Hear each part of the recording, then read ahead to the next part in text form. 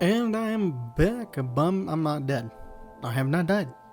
I'm not dead in some tragic redneck shooting accident. I'm sure that's what anybody who's watched any of my content would have thought. But no, I have survived. Yeah, and I bought a motorcycle.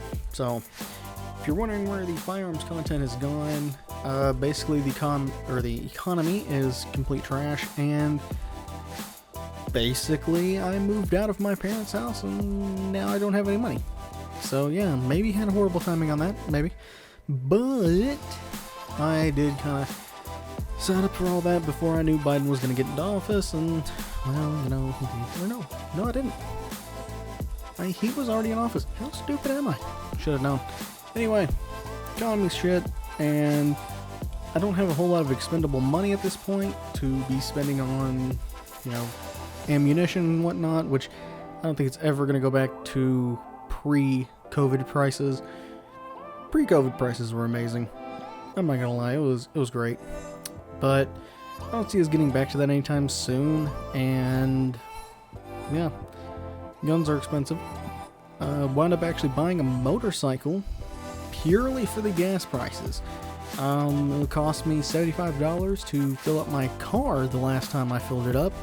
And yeah, as you saw there at the beginning, you didn't actually see the price very well, but it was like $8 something to fill up the bike, and the bike gets around 50 to 60 miles per gallon, depending on the kind of riding that I'm doing, but it's averaging around 50 to 60.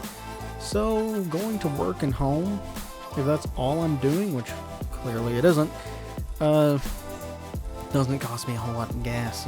It's actually really cheap. So yeah, it works out. But if you're wondering about future content and stuff, in general,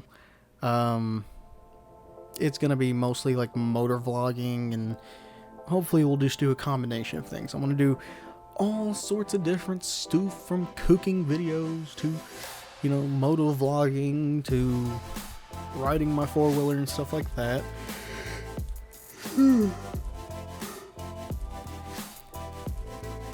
Don't think for a second, though, that the firearms content is just going away. It's not going anywhere.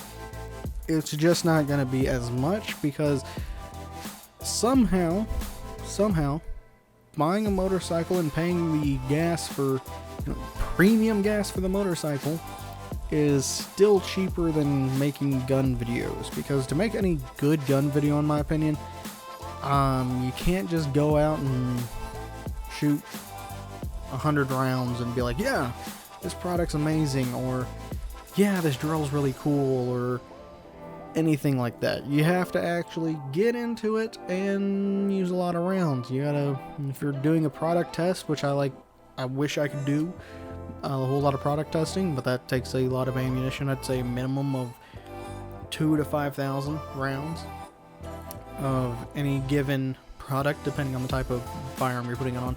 If you're doing a bolt action rifle, probably only need 1,000 rounds, but still I'd like to kick it to like 2,500, then 5,000 rounds for anything semi-automatic to give it a decent review, and that goes for items that go on that as well.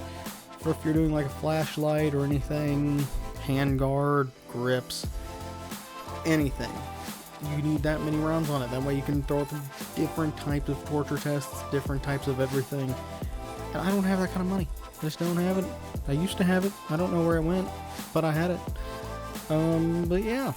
So basically, as far as my future content is going to be concerned, I'm going to be doing some more long range shooting. I want to shoot, you know, distance, and I'll be shooting out at my dad's house. So those videos will come. They'll be happening at some point. But the majority of my content is going to be moto vlogging or ATV stuff, cooking videos. I like to cook. What can I say? Stuff like that. It's basically going to be my hobbies. The shit that I like to do in my free time. Not just shooting videos. So if you're here for it, stick around. You'll have a great time. If you're not here for it, kind of sucks, but hey, you know, everybody has their own thing. Everybody has what they want to watch, and if you don't want to watch that kind of stuff, it's unfortunate, but you're not going to like the rest of my content. Simple as that. But with that being said, let's just get into, well, the motorcycle, because you've been watching it on the screen this whole time, listening to me ramble on and on. So the motorcycle itself is a Honda Shadow 750 Aero. As you can see, when I bought it, it had a little under 25,000 miles. I've only been riding for a week, and actually a week today. So I've put around 350 miles on it, a little more than that I think, but at least 350 miles on the bike in the week that I've had it. And then I think this ride winds up being another 50 miles. I think it ends up at like 370 something, so more like around 40 miles. So not a bad ride.